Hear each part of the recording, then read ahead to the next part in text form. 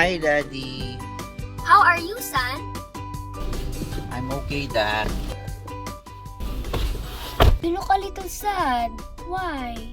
Well, two of my classmates were sick. Kendall, our leader.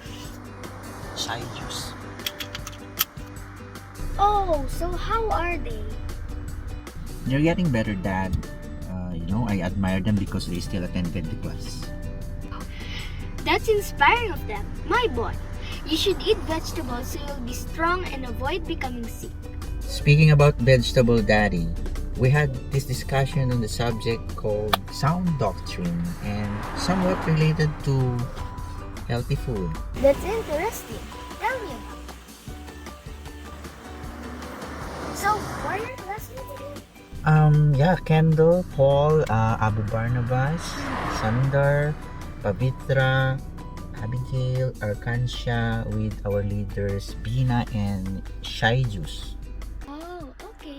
So tell me about your discussions.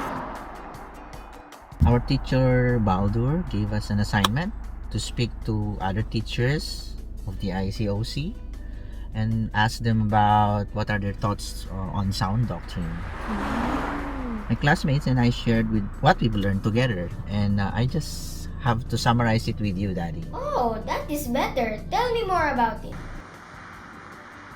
Yeah, the common thought of the teachers we interviewed is that sound doctrine is not just head knowledge. It is about lifestyle and behavior. The whole church as a community must practice this. In addition, motives in teaching doctrine also matters. When the motive is not holy, then teaching is no longer sound. Oh, that is new to me. I thought sound doctrine is about expertise on the Bible where I can win on any argument, especially with other denominations. It's not it, Dad. One of the teachers said that it is not our job to police other denominations' teaching, but we must be more concerned about our teachings inside the church. We must be careful too in the teachings of other denominations. We must learn to chew the meat and throw the bones. That's what the teacher said. Oh, my bad. I like what Pavitra and Arkansha shared. Sound doctrine is going to teach us on how we live a healthy lifestyle. Be a friend to God, to other people, like being kind and respectful. Sound doctrine will help us to live out the fruit of the Holy Spirit. Oh, I like that. In addition, Dad, one teacher said that sound doctrine must lead us to the original intention of God in creating us, and that is we are made in His image. The very will of God is that to reconcile us through Jesus Christ's death, burial, and resurrection. We need repentance to be back into alignment with being the imagers of God. We need Jesus for our salvation from the wrath of God. The delivery mechanism is through baptism, which is not works, but it is the manner that God wants us to receive His gift.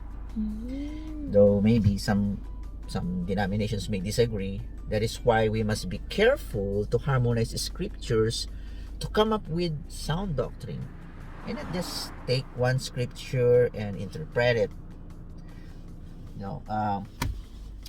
Knowing more about Jesus Christ will really transform us to act more as imagers of God day by day. Wow, that is deep. So some teachers said that sound doctrine is about knowing and defending the core teachings that are crucial to our salvation.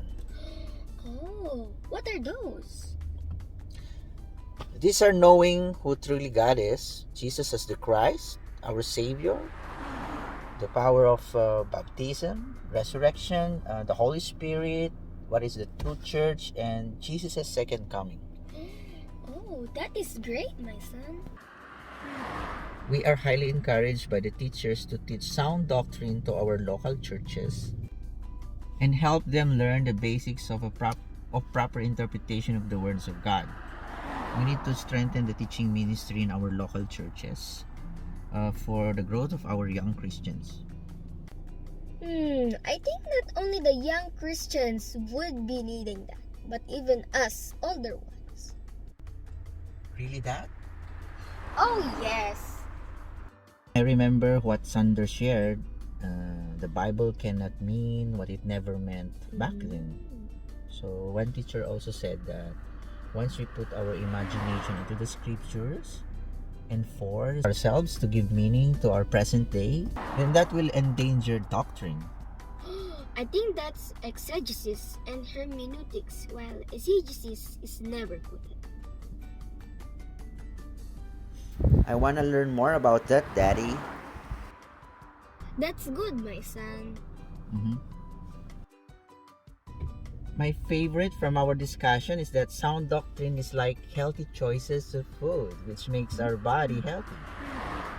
Therefore, healthy choices of doctrine make our spiritual life healthy and become pleasing to God and men.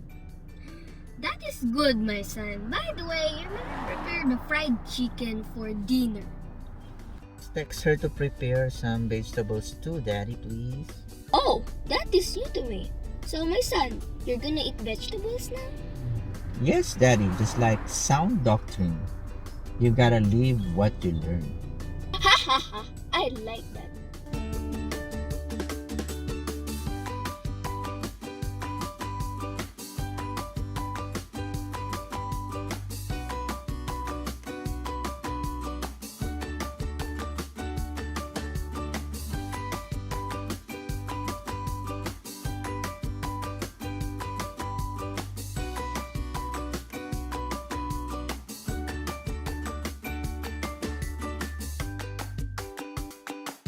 I am happy, son. You ate the vegetables voluntarily. Keep it